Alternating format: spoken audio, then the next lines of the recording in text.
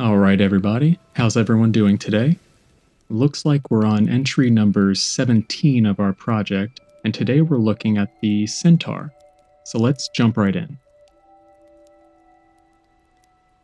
The centaur is a somewhat reclusive wanderer and reader of omens in the wild.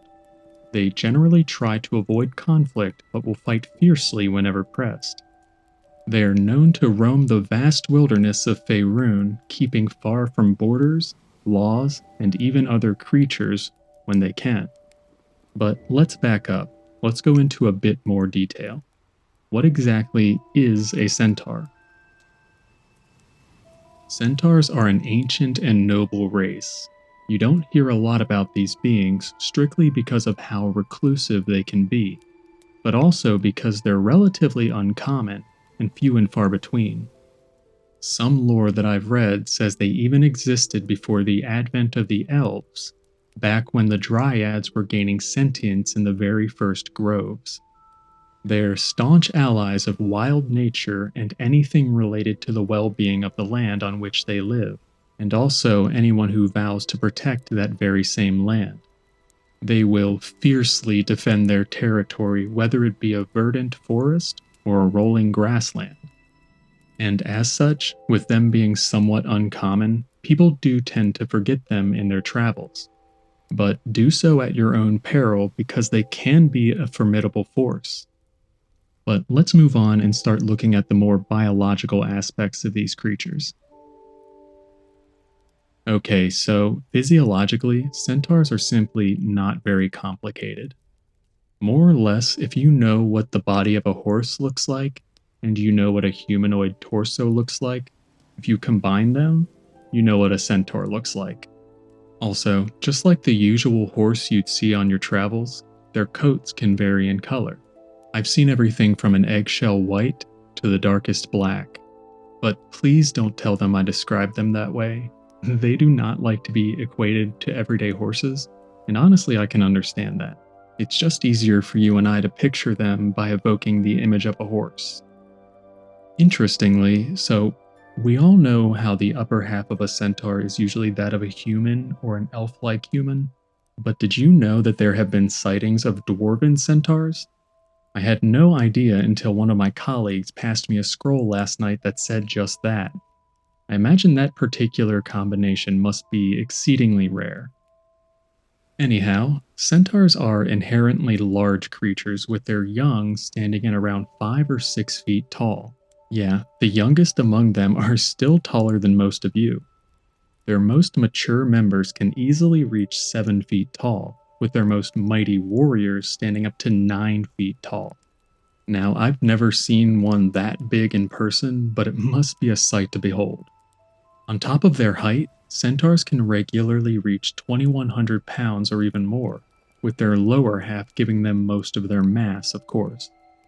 They possess their own racial language called centaur, which is spelled as centaur with a K instead of a C, but they also commonly speak Elvish and Sylvan, of course. Honestly, not much of a surprise there, seeing how in tune they are with nature. But interestingly, it's generally frowned upon to learn your standard common dialect, because it's seen as the, quote, language of the two legs.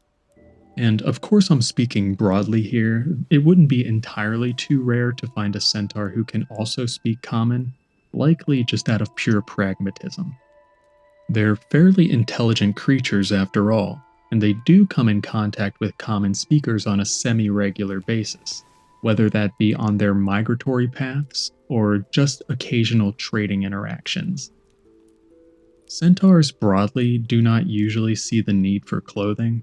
My assumption is that's because they really value swiftness. After all, they're landlocked, meaning they can't exactly swim and they obviously don't fly, and if they're going to be landlocked, they need to maintain their agility at all times. They will, however, wear light armors from time to time. This usually looks like some furs or leather jerkins, but this mainly only applies when there's a need for combat.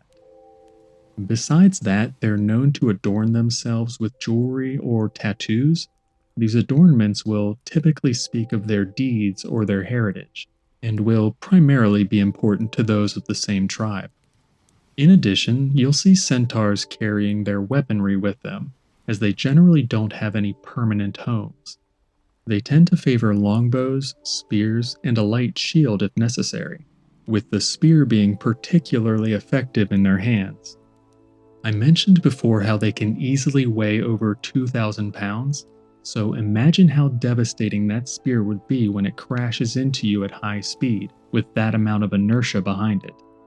But even if they don't have the time or space to charge their opponent, they're certainly more than willing to rear up on their legs and simply kick them.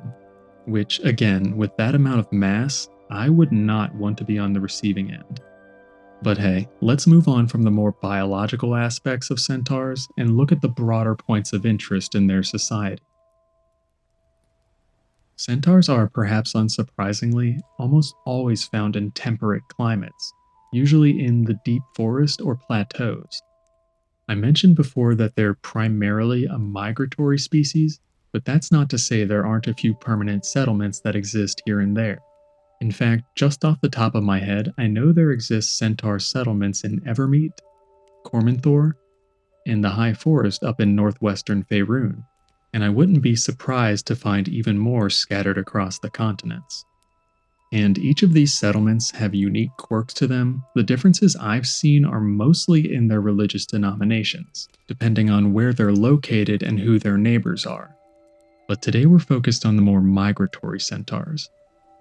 The vast majority of centaurs you'll meet on your travels either live lives of solitude or amongst their migratory herd, with the solitary centaurs definitely being in the minority. They're a hunter-gatherer society that, once again, rarely builds shelters. That means no mead halls to meet up in, no nothing. Honestly, they won't even erect tents, at least from what I've seen.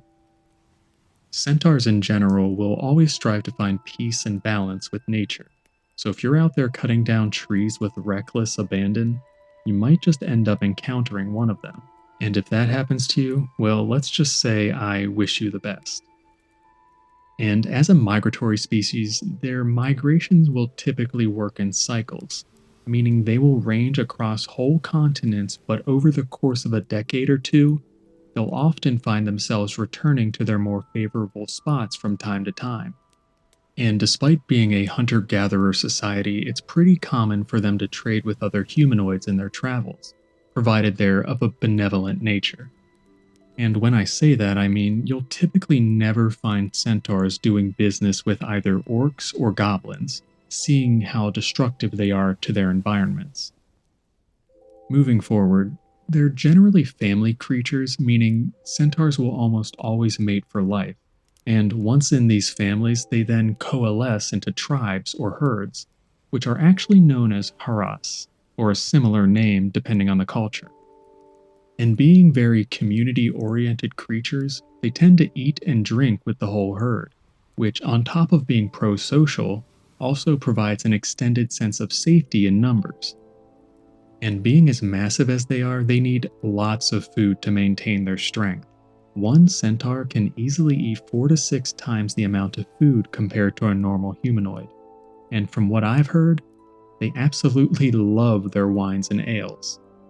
Although it has been noted that an inebriated centaur can be quite a hazard, with them becoming more belligerent and aggressive. But I guess that's not too different from your average human or dwarf, right? Anyways, on top of being such a pro-social species, their herds are actually ran democratically. And that typically looks like them having a council of elders or something similar, and that council will be led by a democratically elected speaker. Honestly, this is probably a result of the centaurs absolutely loving discussion and debate. They love to fight it out in the marketplace of ideas just as much as on the field of battle.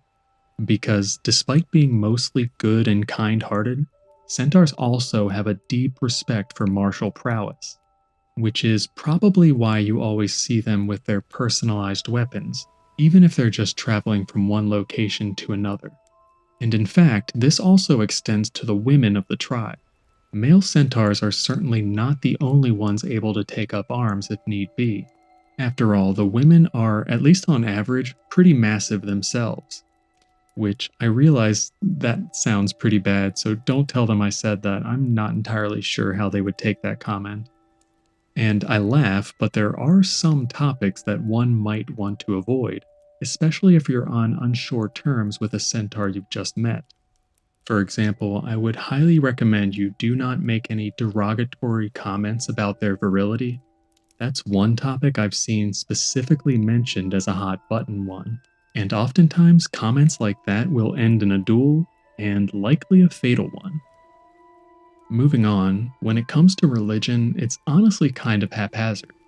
Centaurs are known to worship a variety of gods, and this oftentimes depends on which civilizations are near their settlements.